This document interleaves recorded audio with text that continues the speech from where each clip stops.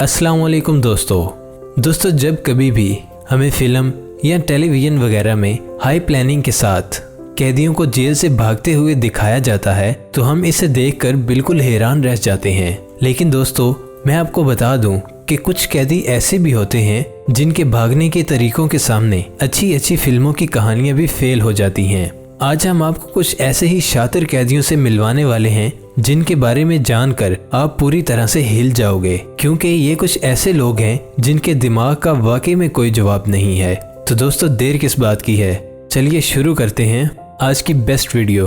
हाँ, वीडियो को लास्ट तक जरूर देखिएगा, क्योंकि लास्ट में आप एक ऐसे कैदी के बारे में जानेंगे जिसने 4 बार अलग अलग तरीकों से जेल से भागने की कोशिश की और कामयाब हो गया। अल्कैट्राज़ एक ऐसी जेल जो अपने सख्त कानून और पाबंदी की वजह से जानी जाती थी, क्योंकि इस जगह से बाहर निकलना मुजरिमों के बस की बात नहीं थी। जिसकी सबसे बड़ी वजह ये थी कि ये जेल किसी ऐसी वैसी जगह पर नहीं बनी थी, बल्कि सैन फ्रांसिस्को में मौजूद एक आइलैंड पर बनी थी, जिसकी वजह से अगर कोई कैदी जेल तोड़कर बाहर निकल भी जाता है तो भी इसकी मुश्किलें खत्म नहीं होने वाली, क्योंकि इसकी अगली मुश्किल पानी को पार करके बाहर निकलना है। और इसी दौरान कैदी को पकड़ लिया जाता है।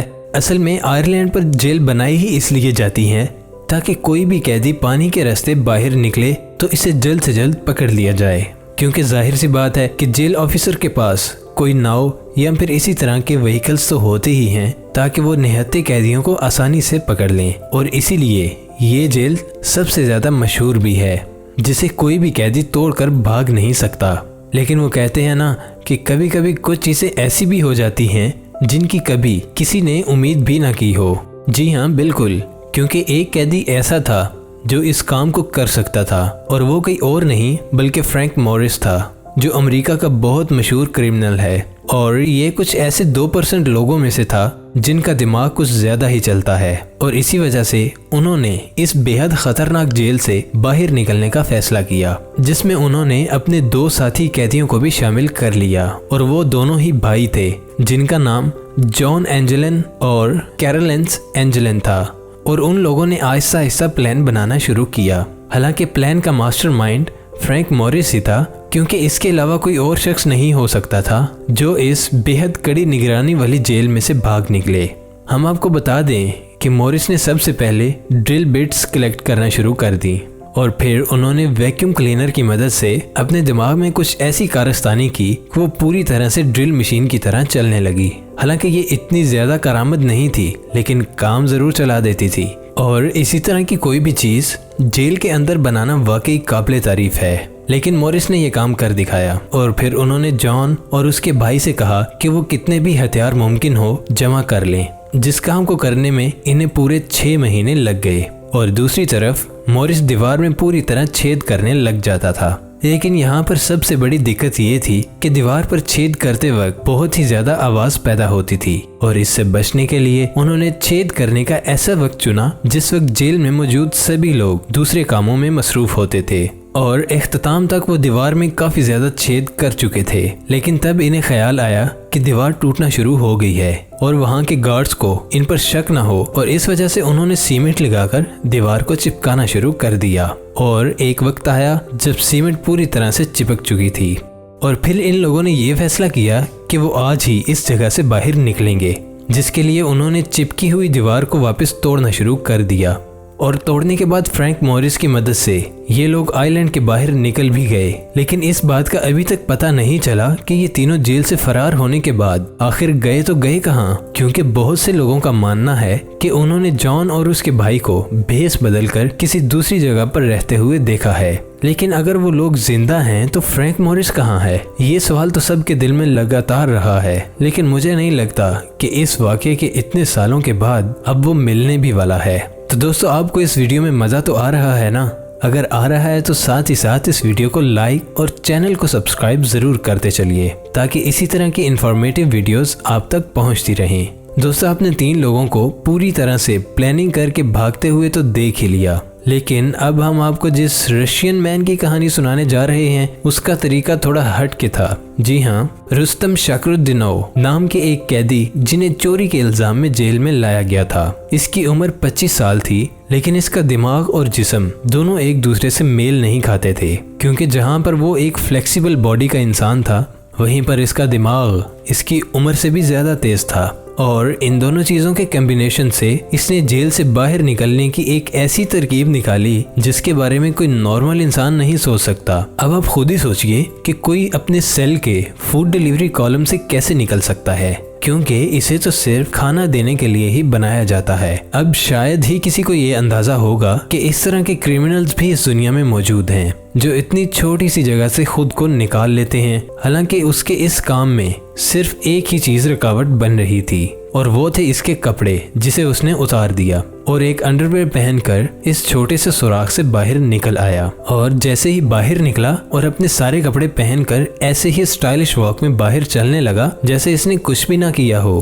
दोस्तों, वाकईतन अगर किसी इंसान के जिस्म में फ्लेक्सिबिलिटी हो तो वो इस तरह के काम करने में सबसे आगे होता है, जैसा कि इस इंसान ने कर दिखाया।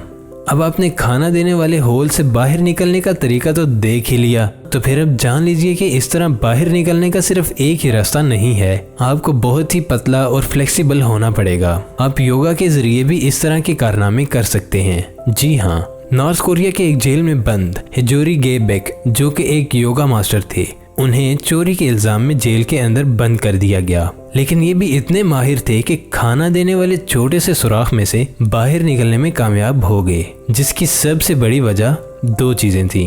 पहली बात तो उन्होंने अपने जिस्म पर बहुत ज्यादा तेल लगा लिया था ताकि इस होल से निकलने में कोई परेशानी का सामना न करना पड़े, और पहले से ही उन्हें योगा की वजह से अपने जिस्म को मोड़ लेने की टेक्निक पता थी। और इन दोनों ही चीजों ने एक साथ काम किया, जिसकी वजह से ये जेल से भाग निकले। लेकिन वहां से भागने के 6 दिन बाद इन्हें वापस पकड़ लिया गया था।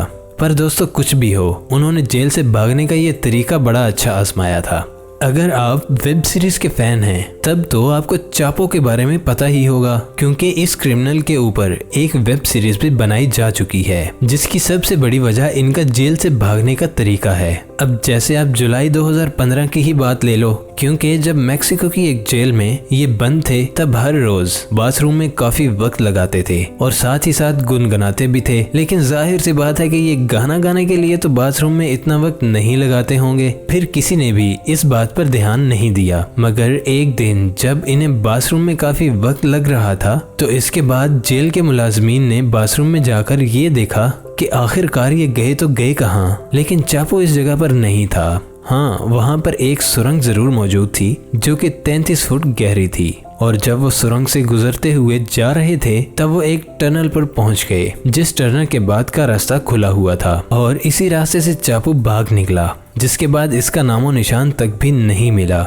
और तो और ये पहली बार नहीं था जब इसने जेल से भागने की कोशिश की, वो कई बार ऐसे कारनामे कर चुका है और इसी वजह से वो बहुत ज्यादा फेमस भी है। अब आप जानेंगे एक ऐसे शातिर कैदी के बारे में जिसे शायद ही कोई कभी पकड़ भी पाएगा, क्योंकि ये हर बार जेल से भागने में कामयाब हुआ है। इस तेज दिमाग कैदी का नाम योशी शिरातोरी है, जो कि जापान में रहता है। हम आपको बता दें कि इसको सबसे पहले चोरी और कत्ल के केस में गिरफ्तार किया गया था, जहां से बहुत आसानी से ये ताला तोड़कर भाग निकला। आप समझ ही गए होंगे ना कि उन्होंने फिल्मों में दिखाई गई टेक्निक के मुताबिक ही ताला तोड़ा होगा, और ये सब इनके लिए कोई बड़ी बात नहीं है।